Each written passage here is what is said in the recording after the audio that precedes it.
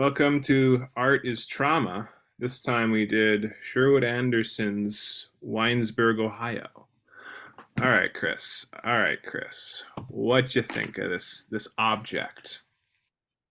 It was very cozy. But deceptively so. There were a lot of stories that were actually pretty traumatic, I would say. It wasn't um only cozy.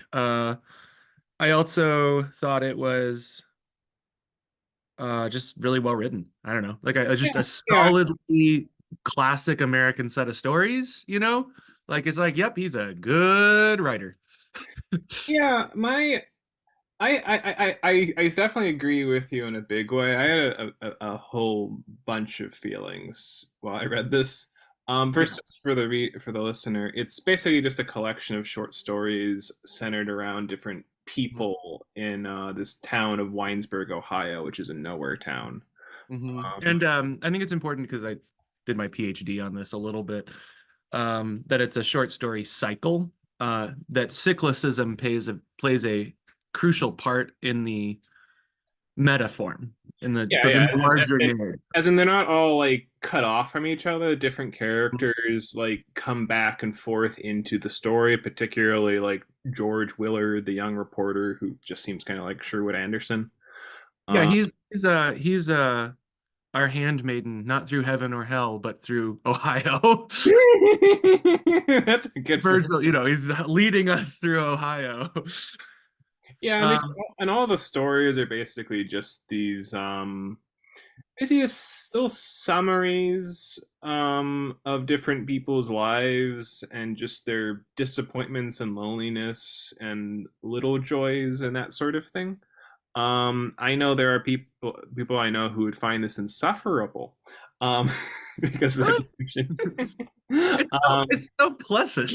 yeah, no, it's passive. It's such a Okay. pleasant classic. It's just Well, kind of like a let me just say at least like why I had a little bit of trouble with it when I started it.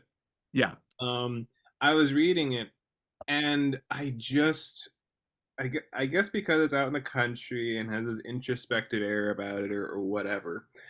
I couldn't shake the feeling of William Gass when I was doing it. You're like haunted by this writer who I Yeah, like I am. I mildly am. like. You like hate Hate this him. guy, and I'm like, yeah, I liked him. I liked him a lot. I detested him, and it was like for a little while, it was like I don't want to go back here. But then it was like okay, no, I like Anderson. I think he's good.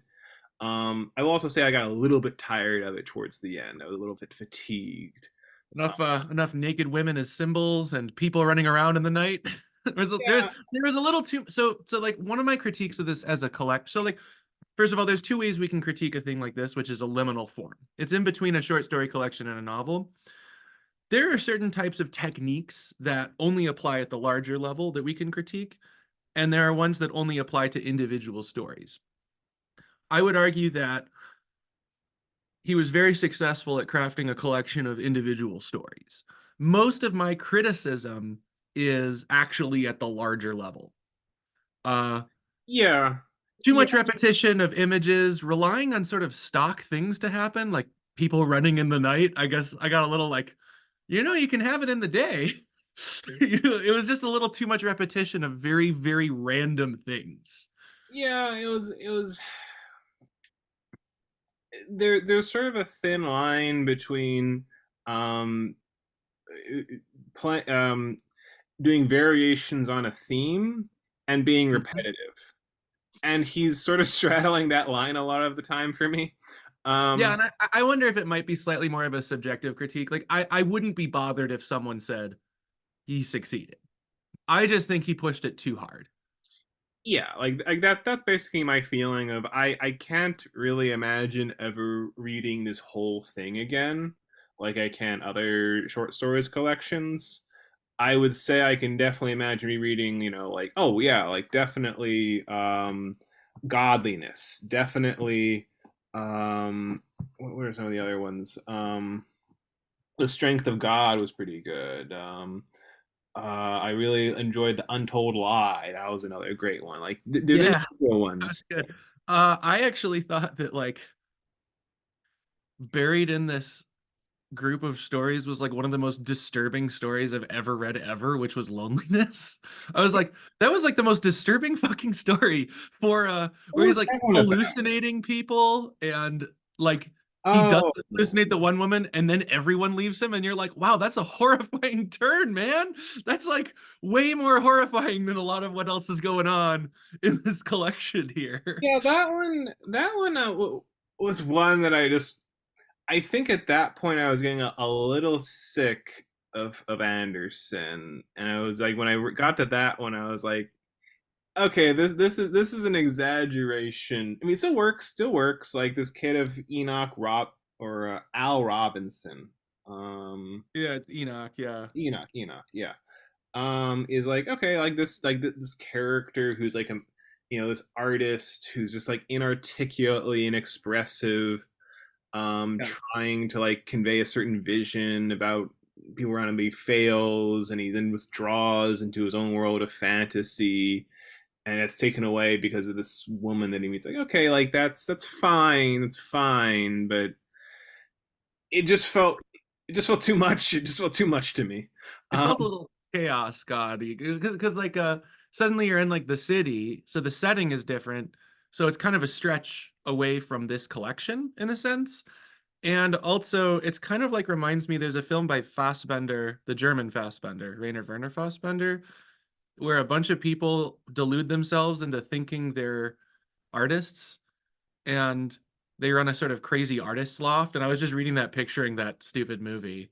And because he's like, I didn't really have anything to say about it, but I was there with all the others and like they said stuff about art. And it was like, so you're just this sad, lonely person who doesn't have much to say. It was a weird, very weird story. yeah, that sounds like it. Sounds like it. I And think, by the way, before we get into the good ones, I think that one I actually, so you can actually see my notes going star, meh, star, meh. mhm. You know, I starred Godliness. I thought that was a masterpiece. Yeah, I think my least favorite two stories in the whole collection. First, I didn't like Tandy, but I don't have anything to say about it. I just didn't care. It was too yeah. short. Tandy just didn't. It didn't have memorable characters, and it didn't have a point. Yeah, it was like filler. And It was. It's just like, okay, so you're drunk and you wish you would fall in love with somebody, and there's a little girl who feels like, oh, this is somebody who I could have loved, and that's just kind of it. It's like I don't understand these. I don't believe in these people for any particular way, and it just feels like the thing is about Sherwood Anderson is he's teetering on sentimentality a lot of the time. all Um, the time. and Tandy definitely falls into the sentimental side. Also like that when we were just discussing seconds ago, I forget what it's called, but the one about the guy Enoch Rob. Loneliness. Yeah, I liked Loneliness, I but mean, the I reason liked it too. I was fine with it, but it was like that. Actually, I think that's actually what was getting me in a way. I was like huh? the sentimentality, um, that wistful sentimentality was like that's what was reminding me so much of William Gass, at first. Um, I think it's a Midwestern thing. okay. Because I don't I think understand the Midwest. I know you're a Michiganer, and so no, am I was like reading Gas. I'm like, oh, this is my homeland. Reading Winesburg, Ohio. I'm like, wow, this is from a different era, and it's like the fucking same. Um, I. Here is my evidence. There is a party town in 1919. It's even earlier. It's set in like what in 1890s, right? It's set 20 years earlier, I think. But Yeah. whatever, somewhere in there, called Sandusky, Ohio. Sandusky, Ohio was even then home to Cedar Point, where I went twice a year with my family. So there is a little inside baseball culture stuff that's like still active today that was very weird. So I think that sentimentality,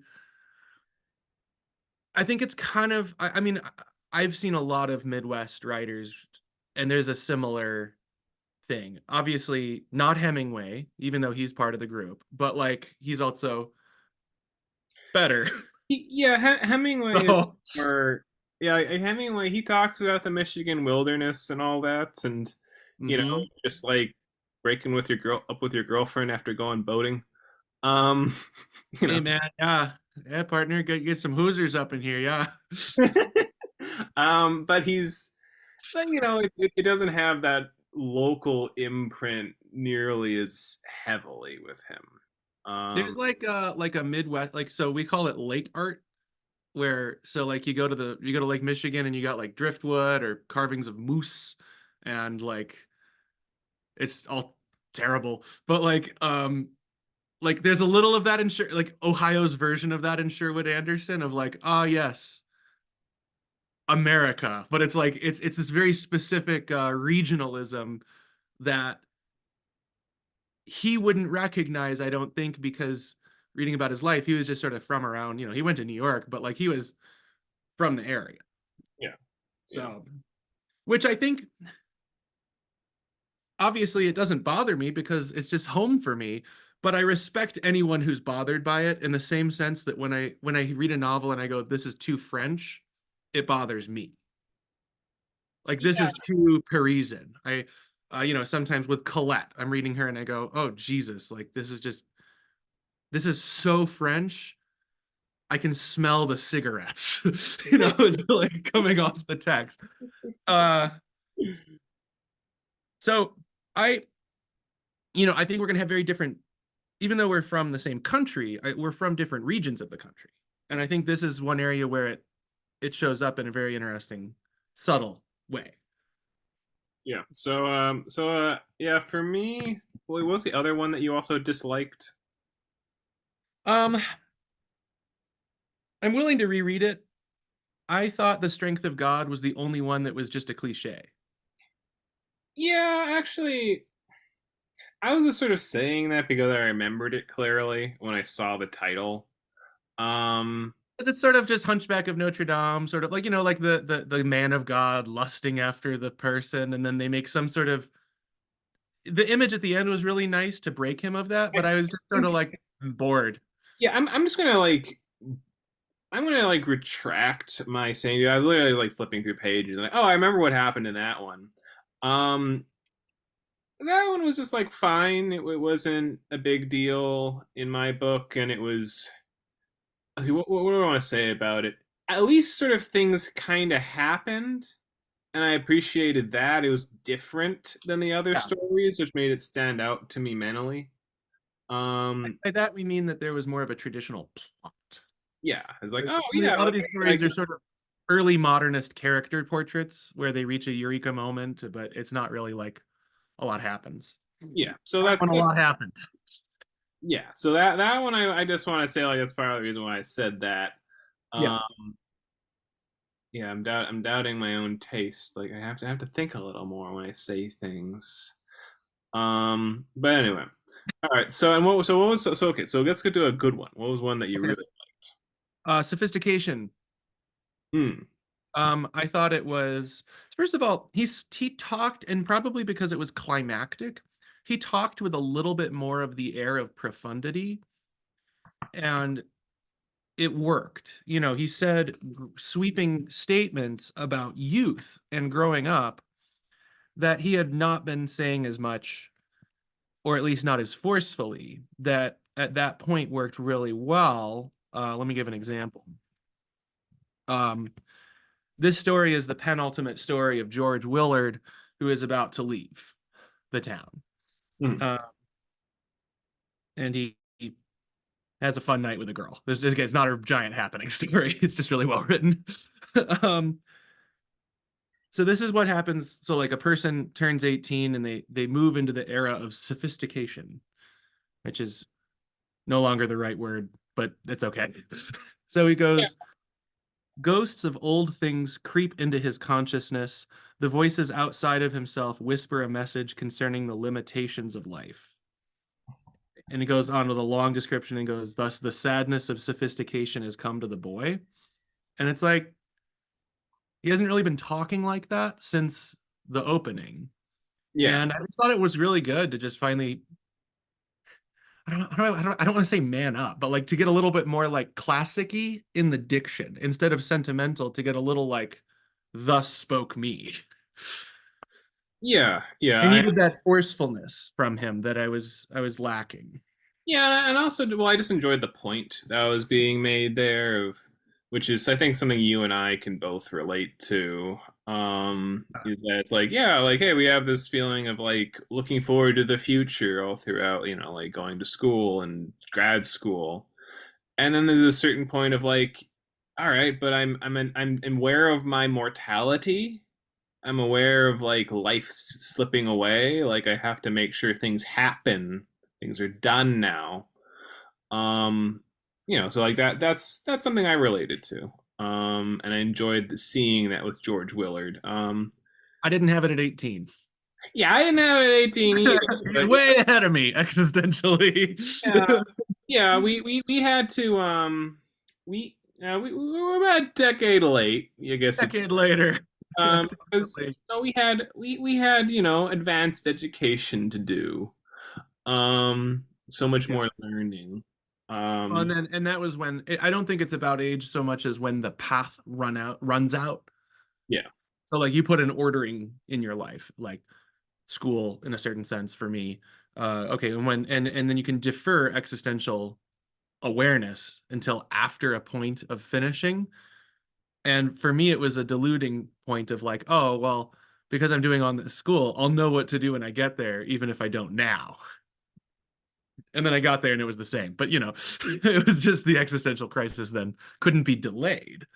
Um, thank God for books. But yes, like yeah, I really liked that. I related to it. I felt reading about Sherwood Anderson's life. He was a really sensitive guy. He had like a he was like a successful businessman, and then he had a like a fugue state crisis, which from Breaking Bad is forever ruined by our country. Like no one can ever honestly have one, but it looks like he honestly went into a delusional state for like 4 days. Like no one could find him. And then when he emerged, he was like, I'm gonna be a full-time writer. And Yeah, then that decade produced this book, and then apparently never made anything quite as good again. Some people think his other stuff's critically acclaimed, but this is by far his only classic. yeah, like that's what I was reading. Is like some of the other books like have they're good stuff in there, just not as consistently good. Yeah, Uh, and a lot of other writers I was reading made fun of him for the sentimentality, which kind of was like, oh, don't hurt on him. He's sensitive. Boy. yeah, yeah. I'm glad someone else did that too. But like like he was apparently just very very influential to like a ton of other writers like Faulkner. Yeah. Well, and just formally, I don't. Before I did the PhD focusing on cyclicism, which okay, I want to explain the concept for the audience. You know what it is, but like this is a term that is equally used in music and in literature, and it's sort of ubiquitous now across the arts. But cyclicism is the idea that you have a body of work that's unified through references between the works. Those can be similarities in setting, same characters, picking up where they left off. There's thousands of techniques that are all cyclical, so that when you get to the end of the book, you've not just rounded off a story, you've rounded off a meta narrative. And this is not the first thing to do that. Some people are like, this is the first novel to do that. And I was like, I think before the PhD, I would have said yes. Now I would say that cyclicism is just a ubiquitous thing. It just happens. It's like the Plato dialogues are cyclical. Like there's not, it's just a thing we do as people. It's not that interesting. It's just done really well in the Sherwood Anderson. Yeah, I guess it depends on like to what extent more or less it's planned, and to what extent like what form it comes out, because like Ibsen does his 12 plays, which is his cycle. And it's like, he didn't really like, mean it to be that way, but it's like, yeah, it just happened that way. And there's like a certain interrelatedness between them all. And Uh, often interrelatedness sucks, like in Balzac's Human Comedy, where On the one hand, it's like the largest work of art ever made. It's like 90 novels. On the other hand, that's not always a good thing. So it creates issues. The best example that everyone today would know is the Marvel Cinematic Universe. It's a metaform in the sense that it's a lot of interconnected things, but it's almost impossible to engage with from the outside. It's like, who are these people? What are we doing here? Yeah, You yeah, know? that's yeah. Yeah. So this one is thankfully concerned with unification. So there's two types of unified writing. You unify from the formal level, which is each story taken as an excerpt published in a journal. And then the metaformal layer, which is the work as a whole. Um, and in my PhD, I used the word double unity to refer to a work of art where all of the formal aspects are unified. So this would be a double unity because the vast majority of the short stories can be read on their own. So that's not the most groundbreaking research, but it was fun. So, so this is, yeah. That's cyclicism, and this is important in the history of it.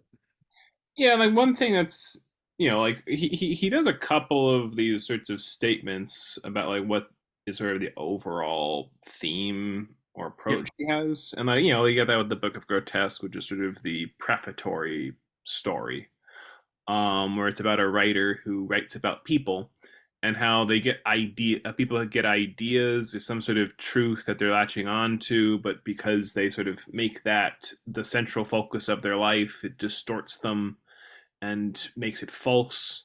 That's something that he says about it. And it's I should try to think more about how that works with each one of these characters. You definitely see that very clearly with a number of them.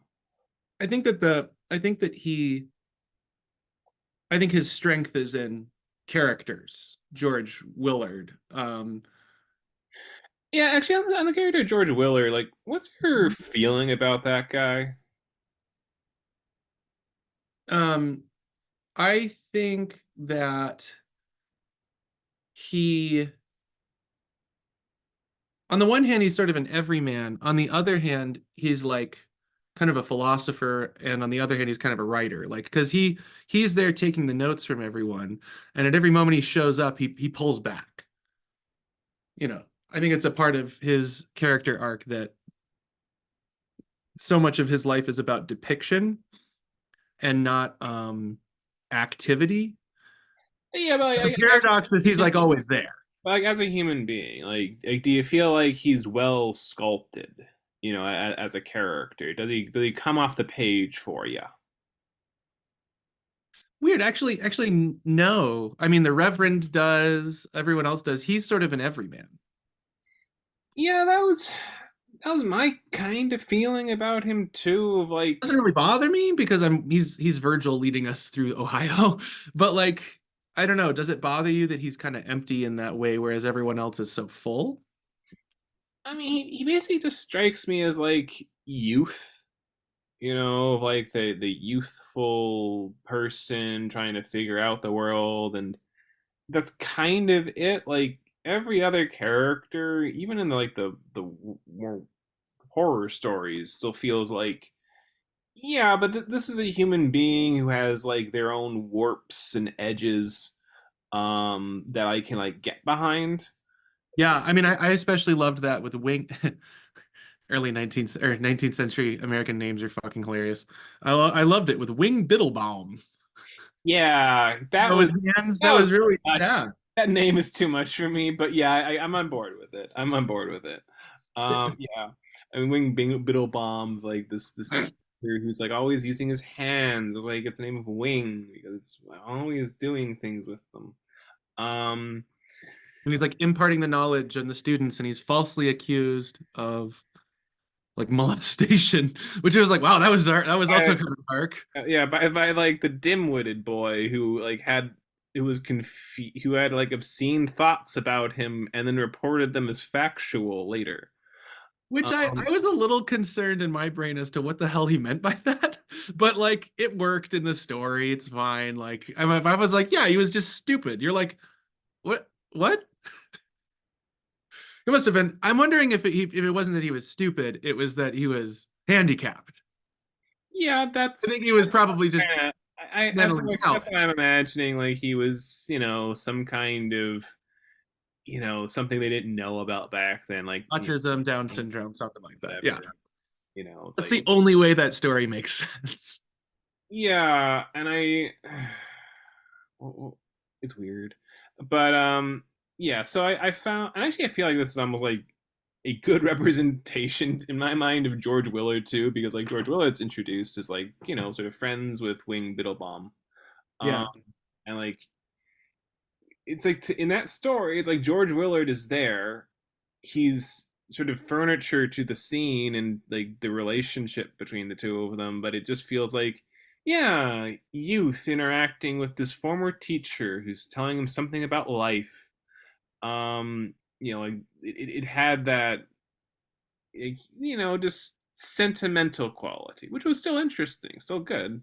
Just it had that edge. Yeah, I mean, I think this book would have sucked without the dark stuff. The fact that he was falsely accused of molestation, of a crime, Yeah, molestation, yeah, and the no, like fact that that was no, like that was good. That was good. yeah, Like, the fact that the reverend is like actually lusting after a person, because so much of it is just so innocent. And I think one of the weird things about this book that I almost would do just a slight amount of ideological critique is like it's like how much of a closed universe was white culture at the time. Like there's a moment where like there's like, oh, they even let black people sleep in the tent, and then they're gone, and you're like, well, that was interesting. That was a weird moment in this book. That was a thing that happened. Yeah, what is this book? It's a weird liminal time in American history, obviously, but it also felt like the town itself was sort of Eden in a sense, like a little innocent. yeah, I let's see. I'm trying to think about what I want to say about that. Of Yeah, Yeah. like just the whole, like there is like a darkness that he's Hmm. like mentioning and bringing up, and like most of the character, I mean, really almost all of the characters have like tragedy in their lives. Yeah. Mm, Basically, every character is marred by tragedy in one way or another. Um, Yes. and so it's like it's there, but there's also like a sentimental, like, oh, those are good times though. Like we were like that was something going on there, but oh, it was still fun, and like that's sort of like a weird mixture to be playing with. Yeah, and it's kind of like contrast that with, oh, you haven't read Yukio Mishima. But okay, so Yukio Mishima's buildings roman is The Sailor Who Fell from Grace with the Sea. And it has, I mean, a more frank portrayal of what it means to lose your illusions growing up. And if part of growing up is losing your illusions, like George Willard, it's always a description of like the longhouses in this one, where he's looking at the houses and the gardens, and it transforms your George Willard from the garden that's like the garden of childhood to like just a bunch of plants. It loses its sparkle, right? Like life loses its sheen. And in the Mishima, it's just so much more viscerally disturbing and more how it felt for me when you grow up a little. Like there's a little like, I don't know, like I think in godliness there's more actual violence and tragedy that's really interesting. Even the tragedies in some of these felt part of the plan, part of maybe God's Midwestern, the very friendly Midwestern Jesus God's plan. I don't Yeah, know. Sorry, that was a ramble. How did you? I mean, what? Yeah, I don't know. I It's mean, hard. I would say that, okay, when just in terms of like Willard's scene of like looking around the world and feeling like amazed and ecstatic over it. Like Yeah. that's something like we've seen with like O'Neill in Long Day's Journey in the Night, the Eugene character. He has that incident. I couldn't help but compare the two, and it's like O'Neill did a better job, and Joyce in A Portrait of the Artist did a better job. And this is fine. This is fine. Anderson's ecstatic moment. It's okay. Um, I I guess to me it just felt like I don't care. That's almost Yeah. that's just, I'm sorry. Like I think I was just burnt out with it at that point. I just didn't No, care. I just like whatever, man. Like you're getting doped up and looking at like fucking horse feces or whatever is lying around. Um well, I mean, so like George Willard loses the sheen of oh yeah, he loses it, but like there's a very specific plot reason for that of like he goes after that one woman and she's like, well, she's already like got this like on and off thing with the bartender, and and then like Willard's very frustrated because that didn't work out, and yeah, I just really like that was another like bit of like, okay, so he has this revelation, and then he's like sort of humiliated by being bested by this brute bartender, and then he's like disappointed and just like, yeah, like that's what happens when you go after skanks. I don't know what I want to say here, like, um. on the bartender. I okay, so I liked. Okay, this is a critique of tone about the whole book, but also like a lot of American novelists today fit into this. Like from what I've read of Anne Patchett, some of these, well, a lot, just a ton. Some of the Barbara Kingsolver I've read is that like I feel like he would say some pithy remark of like literature is about empathizing with even those who you feel no empathy. Cause like the bartender sucks. Like he just fucking sucks. He's like kind of fun. But yet it humanized him in this sort of mushy way that he does it still. And I think I like, that's fine. I just think that there's a tendency in American novelists to sort of like smooth out the edges. Whereas like, in Russian 20th century writing, at some point there would just be like a child rapist and he would just like kill everyone. It's just a little, and same thing with Japanese literature. There's a little bit more, I don't know, just like There's no one yeah, here that you summer falls, and then everything is different. And it's like, there's, holy there's no one here that you can just enjoy hating.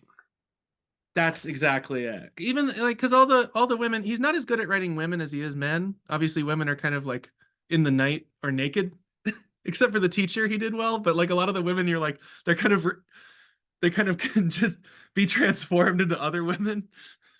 Yeah, there's a point there. Oh god. Yeah, I guess the one problem for me that I just had an issue with was like I'm thinking about it with the women in particular because they're just so passive, like most of the characters, but particularly. Where it just feels like, can you use some sense here, lady? Can you just No, just do the thing that makes sense here? no, Like tell your fucking son about the $800 you plastered behind the wall. Like that would be helpful. Why don't you do that, you dumb cunt? no. Uh, And then what about or like, hey, why don't you just like keep having that affair? Like start that affair with Dr. Reefy. That seemed nice. Why did you guys just decide not to do that?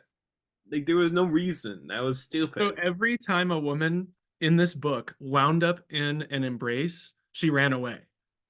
But Oh, in the same way, every single chapter, it's like, oh no, goodbye. And I was like, okay, yeah, but someone's got to sleep with someone. I mean, it's yeah, we still well, have sex. yeah, it was just so thoughtless and drifting. Like that was a quality that was a big part of my tedium. Was just the sense of, oh god, can't somebody have some common sense? Can't somebody have like a straightforward earnest conversation instead of these meaningful silences? Like it just felt like Anderson's not a man who cares about nice mechanical logic. Um, Because formally, I think that the patchwork of formal stuff, there's definitely a lot of care. No, there's care. I'm not saying that he's a bad writer. He's an excellent writer. But I'm No, saying no, look, we're I not. mean the people. These creatures are not ones to really be logical about things. They're not ones to really like get plans together and follow through. They're not ones to make to set a smart goal, right? You know what I mean? Like Yeah, specific, measurable, actionable, um, whatever the R and T are. You and know, if they and if they do, it's kind of by accident. yeah, it's like these are not people who make smart goals. These are people who make vapid goals at best. Um, if they ever bought. Yeah, and like I think that is a good reason why like this short story collection I was a little like I don't know. I think where he was careless, I think he has some limitations as a writer. I'll say it that way. I don't think he's Faulkner. I don't think he's Virginia Woolf. I don't think he's Gertrude Stein. I think some of his limitations are in the images. Most obviously, where he has these repetitions of images we've already gone over, but also the problem is that they also do sort of stock things. They're stock characters when they run away from people. Whereas psychologically, he does really well at giving them individuality, but not Yeah, in their. yeah. Now, my criticism was more just like the content of the characters. Like when I think about Chekhov characters, like Chekhov characters don't do things in a sense like Anderson characters don't do things, but they Yeah. got pretty good reasons not to do things. It's like, yeah, I'm just a country doctor, and everyone around me is a dumb fuck. Like, what am I Yeah. what am I gonna do? What am I gonna do out here? I got nothing, Or like, yeah, I would like to, break up with my wife and start and continue this affair, but that would kind of ruin my career and life and children. Like, I can't do that. Like, this sort of thing is like, okay, nice, clear, logical reason to be passive about life. Um, Here it's just like, oh, it was just Tuesday. I just figured we wouldn't like see each other again. Um, no, no, do something. Uh, Although I mean, look, I agree, but my God, that was a lot of high school. like, no, like what do you think does I it give him that. well? I You give him know? that. I give him that 100%. I can think of several episodes from my life where it's like, yeah, you flubbed that and for no reason. Um, Not bored with a thing that you love, but then you didn't like it. What's going on, Chris? What's going on in this part of your life? Why did you give up on that? Oh, I just you just, had to go elsewhere. why didn't you just, follow through? She was interested. You were interested. Like Oh there my was God. an obstacle here. It's always the imagined third girl. So like when I was in high school, it's like, well, I really have a crush on this girl, but I kind of like this girl. And then it's like, oh, the girl I kind of likes me. Uh-oh, well, I better hold out. Okay, well that's a reason. Other. That's a reason. Like I can think of But episodes it where it's like, creates not really good reasons. Like, okay, at yeah, least yeah, that's what they're like. But here's an example of him doing a fantastic job. So we've kind of shit on him for some things, and then also the characters. But there are little moments that are really sublime. So the second to last page of the whole book is the story, it's called Departure. He finally leaves. And George is kind of on the train counting his money. And he's thinking about his dad who gave him advice, keep your money close at hand. Don't let anyone think you're a greenhorn. Love American phrases. And then he goes, after George counted his money, he looked out of the window and was surprised to see that the train was still in Winesburg. And it's its own little paragraph, and it's just this fantastic little insight into, oh yeah, if I was counting my money, everything projected forward. That's that great tiny little surprise of like, I haven't moved yet at all, actually. And it's really well done.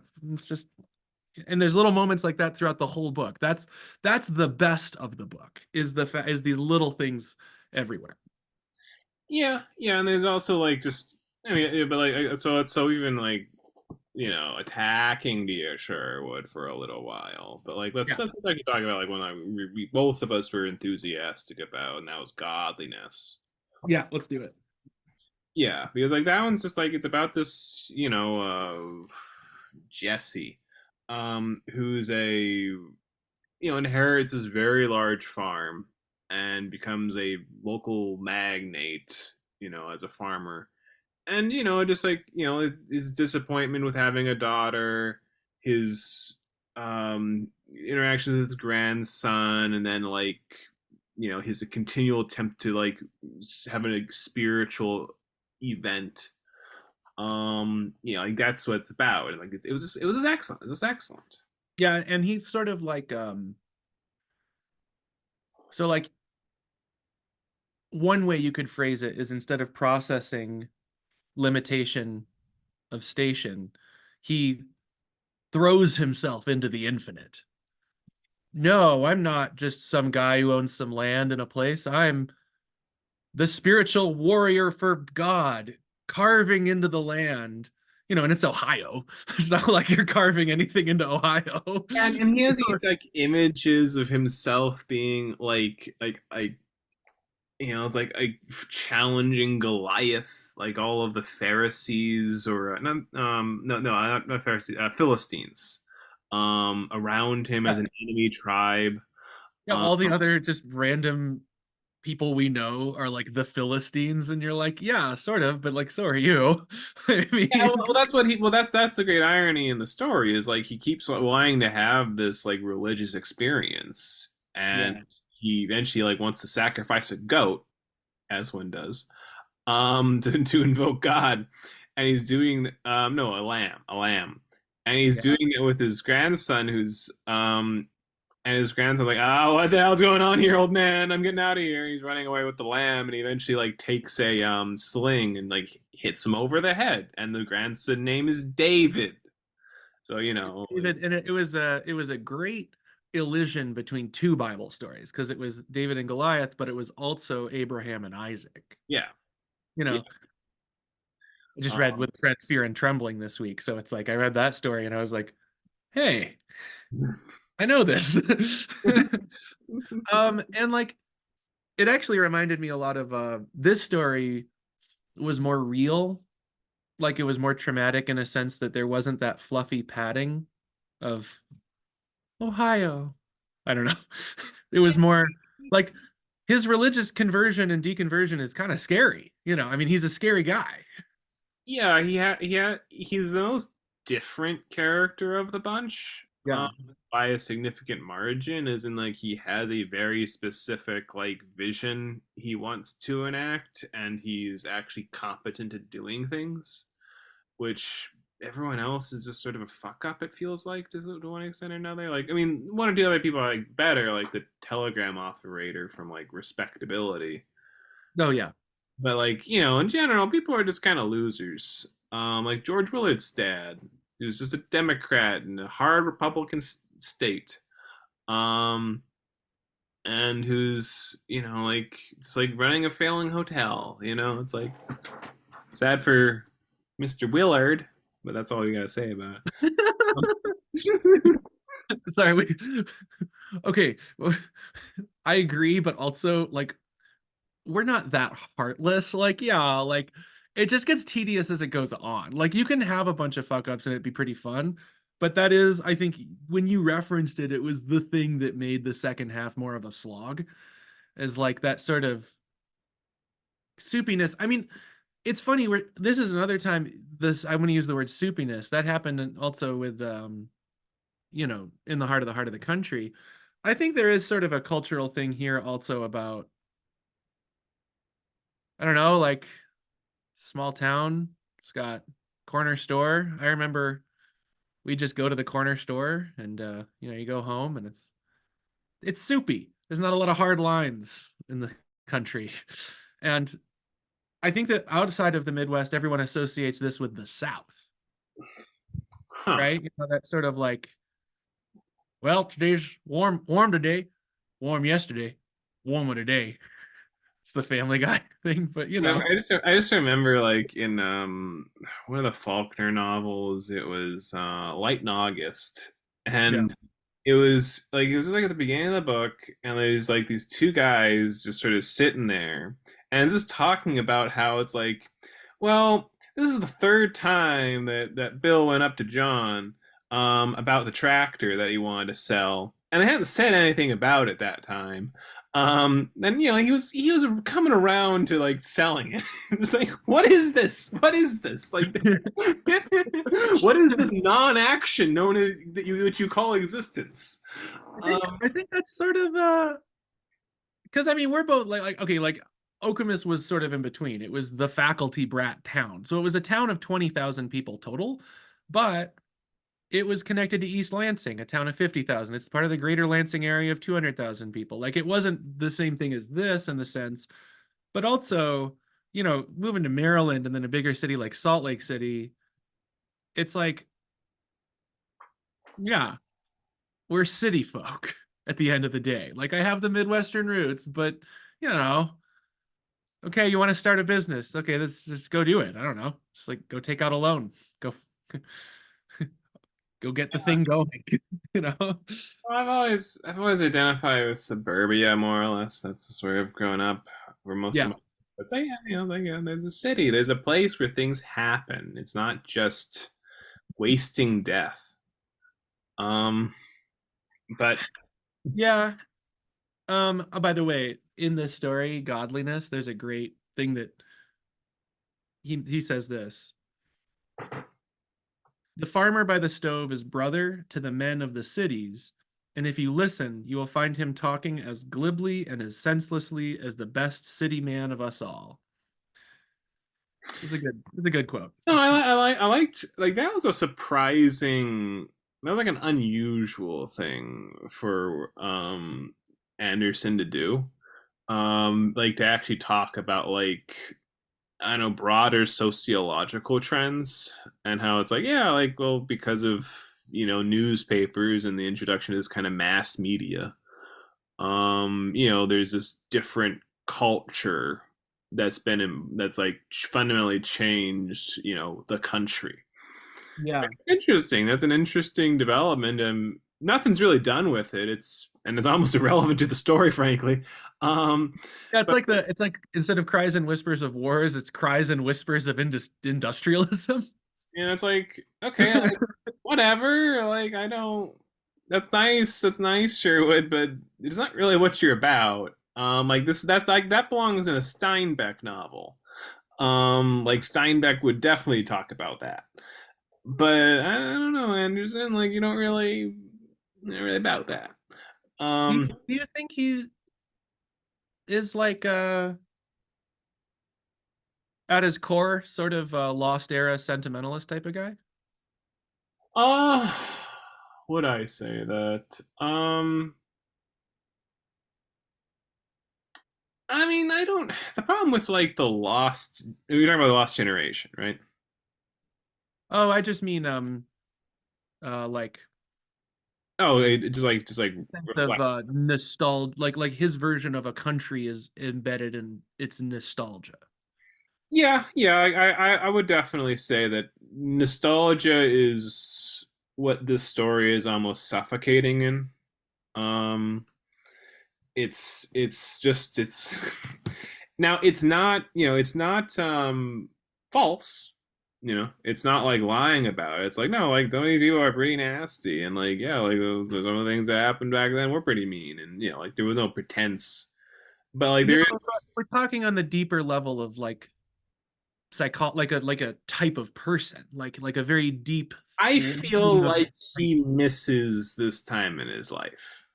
I yeah. feel like he fundamentally misses, being a teenager back in Winesburg, Ohio.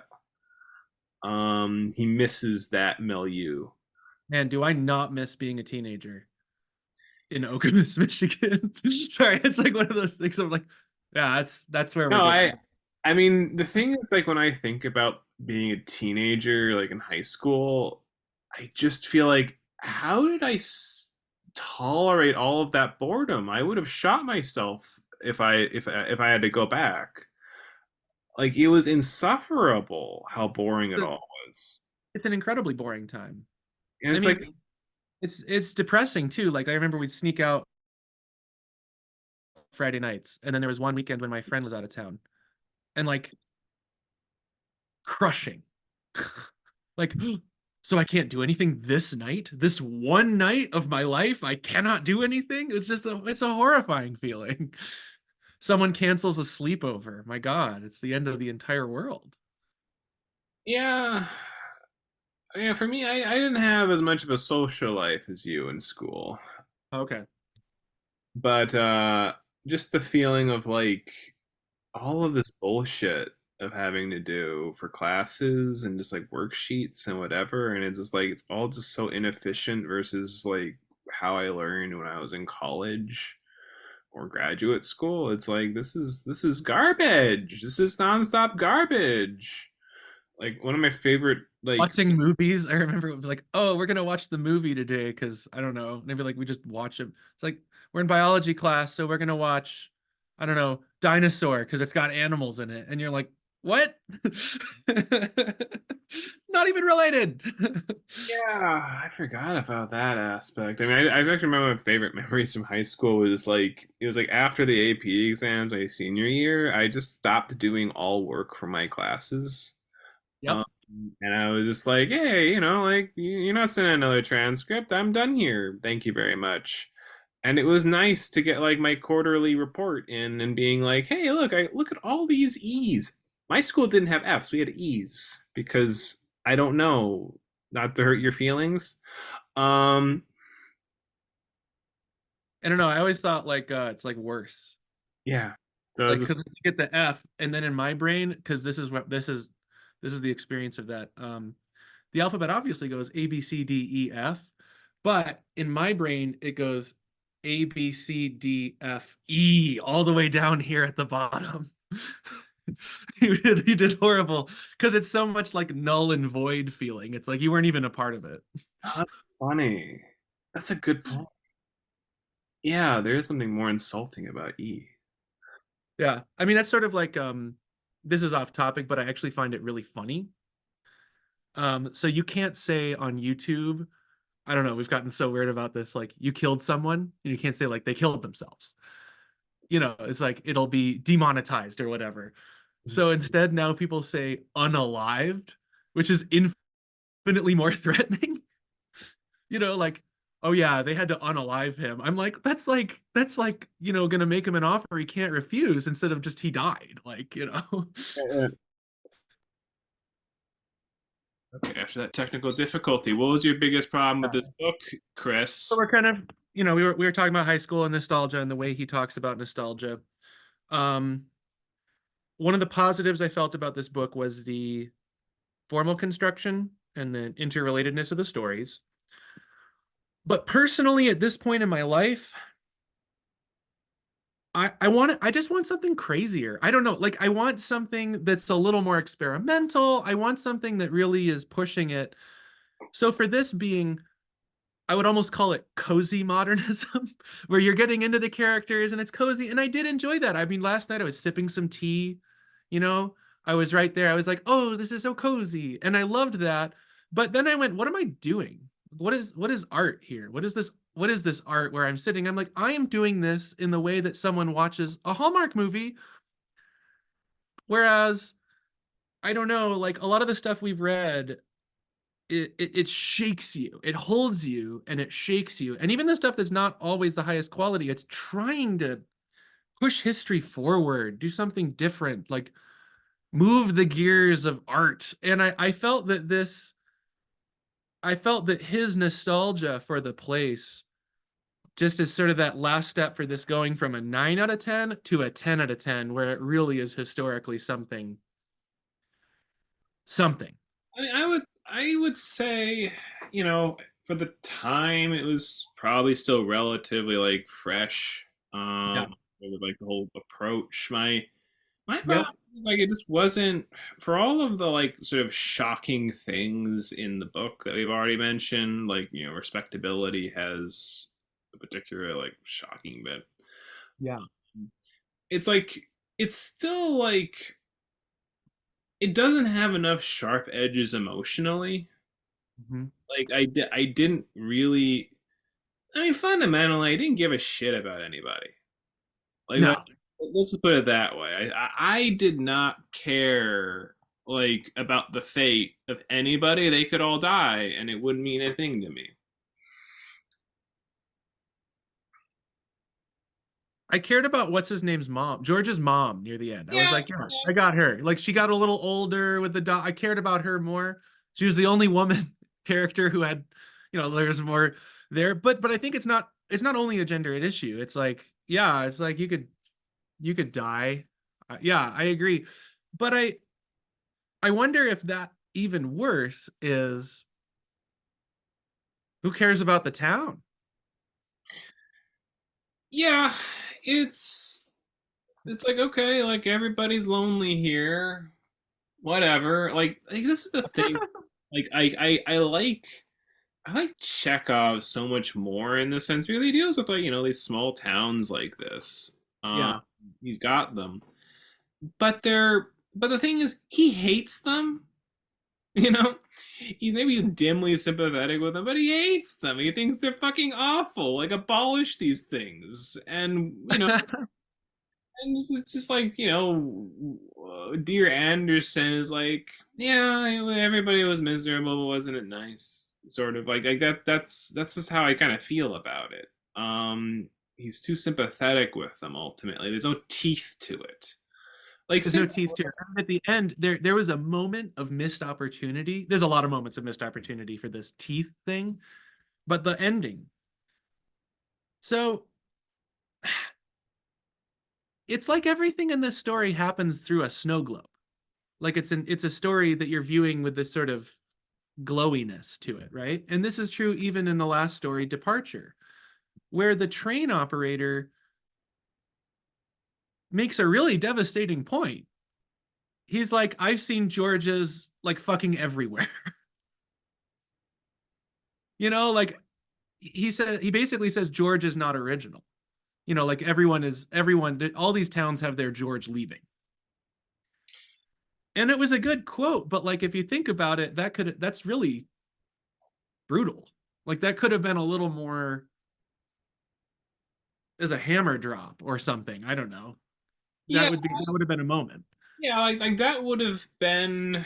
That's a very good point. That moment could have actually been something more of like, okay, yeah, like George Willard is we kind of think that he's special, but he's just sort of a loser, like all these other people here. Don't make such a big goddamn deal about him. He's whatever. Um, like There that. is also I just think it's funny with the obviously this is more of an authentic trope in the 19th century, but like the country boy going to make something in the city and everything. I can't believe I'm saying this, but I wish there was more of a like he does so well at describing the countryside. Like the descriptions are really nice and very fitting and very well fleshed out. But like there's no real tension in the setting of the city, really. It's sort of like, oh, and then over there. It could have just been fucking over there. This is here. Here's got blank. Here's got all these woods and trees. Over there, that's there. And there wasn't really a tension there, which is just sort of a natural tension that is fine to flesh out more, too. Yeah, like and just like in this issue of like teeth that I was bringing up. Yeah. Um, I really would have liked it if at some point there had been like real anger about life being conveyed because it's like you got this like human misery everywhere and nobody's like well fuck you life, like why'd you do this to me, or just like screw you town, like I hate this, like just something more like that, just something more summary about the town would have been appreciated. Like I can think of other writers who did. Because like it's almost in the unconscious of middle America is like, so in my town, one of the ones that's kind of funny but horrifying is at the MSU Federal Credit Union, there was a double homicide. And it was like a wife found out her husband was cheating on her and murdered him in the parking lot. And it's like, damn, this like otherwise peaceful town has like these kind of occasional violent outbursts. And that would be some way to do it. You know, some event. Every little town has their secrets, man. You know, It was like an event that he mentions, and that's like, some some guy, who like was driving his, what is it, carriage on the railway tracks directly into a train purpose. that was good. Yeah, I remember that. That was, and it was kind of stark without a lot of fluff. Just Yeah, events. and like people, and the thing is, like, young people admired it because it's like, hey, at least he had a glorious death. Yeah, At least it he was didn't the die. sorrows of young Werther in there. It's like better that than colon cancer. Um, Having a heart attack on your porch with the whiskey. It's like, ugh. No, but I think there could have been more of that. Like, I think there could have been a sort of like, just sort of a thing where the town. Here's the thing. Okay, if I were to write a small town piece like this, what I would say is that what he misses in the town is what often a lot of small towns have, which is some type of strange unease or collective guilt about something. Doesn't something happened in the town? Um, for a lot of towns, it's a fucking lynching of a black man. But there's like something real and violent founded the town. Something happened in Okemos, Michigan, my hometown. We named our town after Chief Okemos. He was kicked out of the town because he was a terrible drunk. And it's like, whoa, that's really wild and brutal and real. It's like, it's kind of and funny. And it's sad, but it's also really funny. You name a town after a guy and he's a Native American chief and yeah, but he was an alcoholic. You kick him out. That dimension I'm missing from this text. Yeah, it's just like, okay, what's Winesburg, Ohio like? It's like, well, you got a lot of lonely people, like, and there's not, it doesn't, it just doesn't congeal into a place for me. It's sort of like, okay, like I got a feeling of some of these, but whatever, just whatever ultimately. Um, I notice in your readings of books, you're really affected by and correct me if I'm wrong, but by the sense of life of the place and the people in it. Like when you talk about Faulkner and you're like, I just have to get out of the South.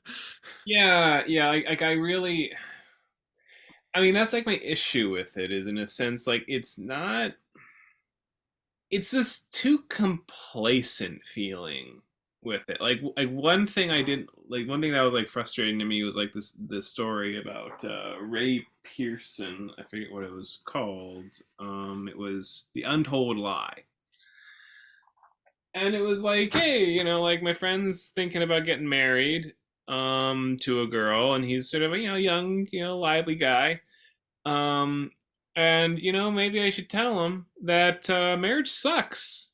Just leave her. Don't wreck your life with children and poverty. Um, Right.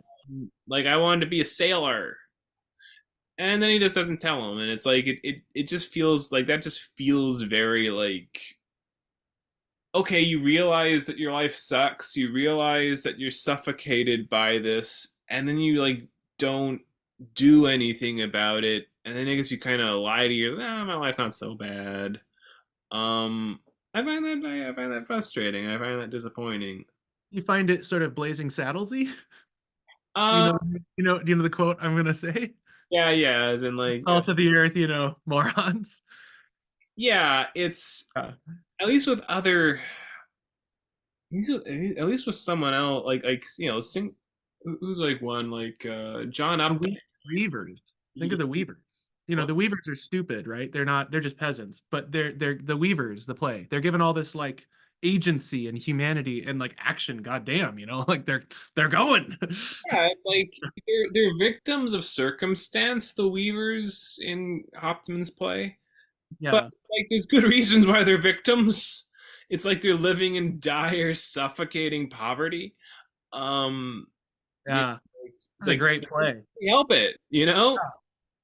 That was a great play. But also the fact that they're uneducated doesn't mean they have less capacity for action. Yeah, And I think that like here it's sort of the idea that like they're middle educated, but they're not going to get out of their circumstances.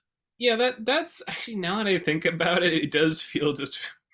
I don't like this term because it like belittles like your problems and it's counterproductive. But like when you just bring up the Weaver, it's like first world problems. First world problems.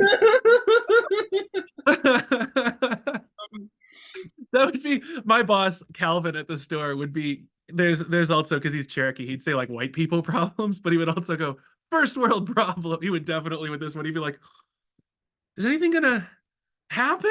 You know? Yeah, yeah. First world problems. I love that phrase for a couple reasons. The reason I don't like the phrase when it starts actually reflecting back and you're like, no, the third world people also have the first world problems. That's why it sucks more. But like I still think it works. I think this is yes, first world problems. I mean, I guess the again my problem is like you could do basic things to make your life better so much of the time. You didn't have to be a loser like this.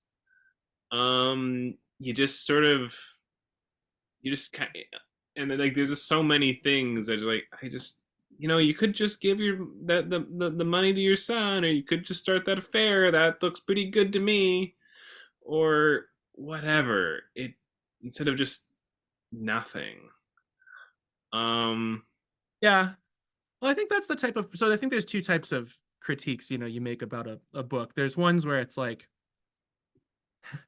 I think a person would come along and say a lot of the critiques we're making are not fair.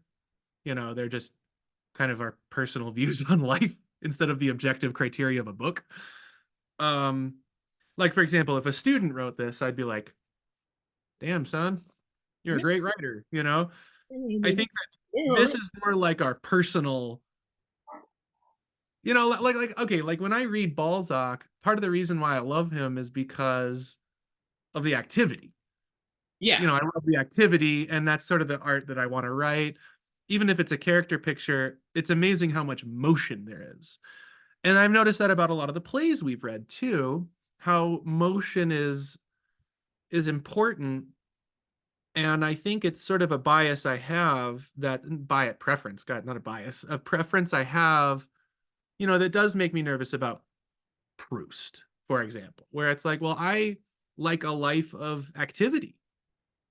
I like getting all this stuff and writing and doing all this stuff. And so a lot of my favorite writers also have a sort of activity inherent to their life yeah, as an artist. yeah. I would agree that I there's something very frustrating to me about stagnation, Yeah. about the sense of people who just don't do people who just aren't helping themselves ultimately. I mean, he's George like sort of figures things out and like, okay, I'll get out of this town, but I don't know. I don't even care about George Willard. George Willard is just kind of a I don't know, an airhead. Like he just comes off as kind of as generally naive and unthoughtful. Not a bad guy, but just not much of anything. And as a writer, it's like Sherwood's doing a good job. Um, Well, I think one of the things that's interesting is like so a lot of the novels I read from contemporary Japan still sort of fit the haiku model. I read one called Strange Weather in Tokyo about a woman falling into a sort of love affair with her older former teacher. And like from our perspective right now, it's like, yeah, nothing happens or whatever. Like they sort of started an affair, but he's kind of old. It's like, but like reading it feels like there was a lot more existential decisions happening. and she was Oh. acting on them, and but it's so plaintive language, it would just be like they went to the hills, like they moved, and so like here it's like every step you take, it's like a dream where you're running in place. Yeah, like that is a big difference. Is there's thinking about things in like other works, like Brothers Karamazov, which I recently finished. Yeah. Like characters, it's like okay, very little actually happens in the book. Like, Yeah. but characters are like, hey, what's going on with Mitya, boy, and like, hey, I'm also like bothered about like what's going on with my father, and like, like what should we do about that? Like, there's actual like thoughtfulness and consideration about how do we handle this situation. Uh, Yeah. and with them, it's like, no, we're not thinking about things. What do you mean thinking about things? We don't do that. We just sort Going. we just sort of have like maybe like we'll have a revelation occasionally, and but then we forget about it, kind of like it's a little bit. Yeah, even the one I just finished, which wasn't even, I mean, it was fine. I blurbed it. We Were the Universe. It's a whole book about a woman coming to accept the fact that she's now a mother. And it's long, it's like 300 pages, but she does.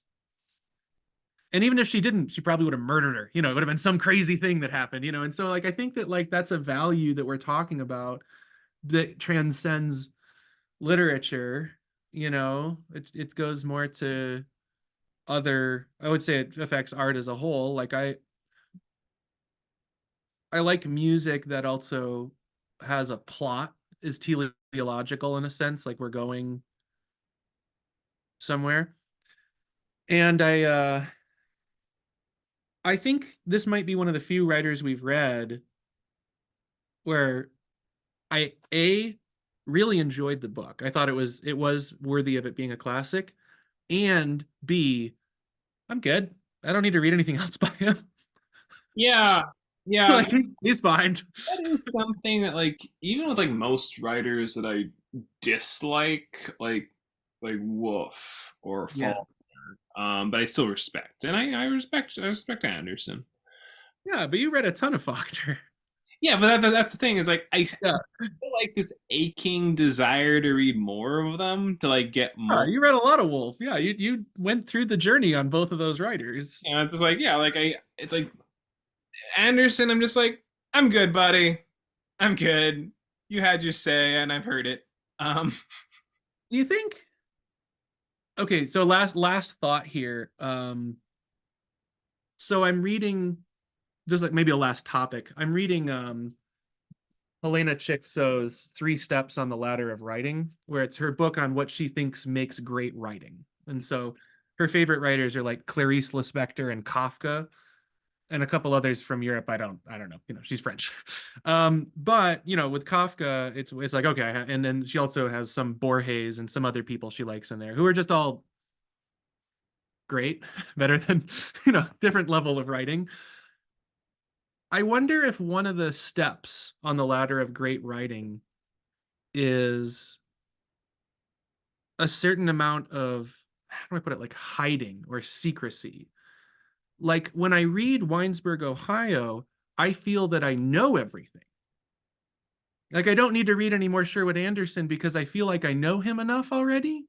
Whereas with great writers, I don't feel that I know the author on one book. I feel that there's some mystery that I have to keep going on.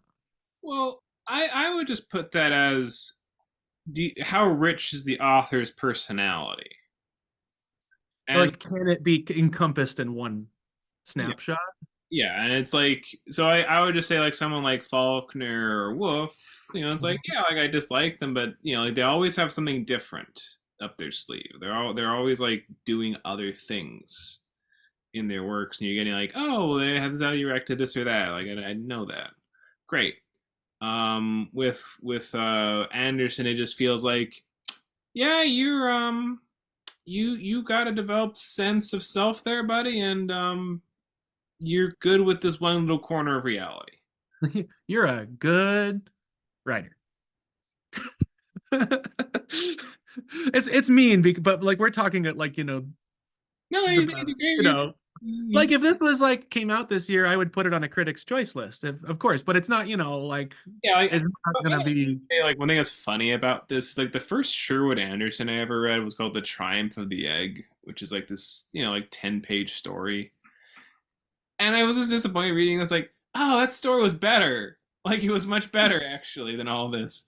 Oh, Um, I go read that one. yeah. It just was like much more like things happened and it was meaner. It had teeth. In a way And this it was later because this is after Trying for the Eggs after Winesburg. yeah. So I don't know about like, the other his other work in general, but like that one was better. I'm just gonna say. Well, I'm good. I'm gonna. Yeah, I'm We got a lot of. good. So anyway, so how did this traumatize you, Chris? So on the one hand, I think what actually is traumatizing is like there was a lot of cultural stuff from the Midwest where I'm like, it just reminds me of that guy who's like could have gotten the job and now he just like smokes cigs in the basements with the other people who never left his hometown. Like it's just the trauma of like my buddy who finally got out of Okemos. He for the packaging career in Chicago, he's doing great. But like he has a house and everything. But like for a year, he would just like this is after I moved to Maryland. He would just like drive around and like visit friends and smoke weed, and it's just horribly depressing. I mean, just horrible. It's like just like, are we gonna do anything? He's like, yeah, I kind of we're maybe watch a movie. And so I was traumatized in the literal sense of like, hey, I remember times like that. Um, in the quality sense, I love the construction of the book. I loved the small moments of awareness and intense character writing. Um, that was it. Yeah, it was good. Solid for me, like a solid 8. Solid 8 out of 10. Like, but those last two are really hard to get for me. Yeah, for me, I was Like like, a solid 4 stars for me on Goodreads. Like, yeah, it was a good book. yeah, I would say, well, like a big. I mean, I like this particular vision of loneliness and this particular sort of dreamy directionlessness. I didn't really like it as a human being, exactly. But it was like, okay, well, that is one way to feel about things. That is one way of approaching this existence. Or non-approach to existence, I guess. I love how I always go to like the writing quality and the constructive elements of a book, and you're always like, these people, man. Like, and I was like, oh yeah, I guess it had characters. I'm just like, I'm such a technical focused guy. I'm always like, that what a great description. Wow, that was a great line. And you're like, but this person sucks ass. Great descriptions are a big deal to me too. I just But the essence of life, I would agree. It's at the end of the day, it's gonna be the more important thing. yeah. So Okay. it's good, Chris. It was That good. was fun. Thanks for doing this one. And let's do Gogol next week. It'll be not like this. Yeah, Gogol's fleshy. Gogol's Yeah. he's not. He doesn't have a bunch of ghosts waddling around. Like he's got people who really going through some stuff. Um, Great. yeah, so that'll be fun. All right, so see you then, Chris. Bye bye. See ya.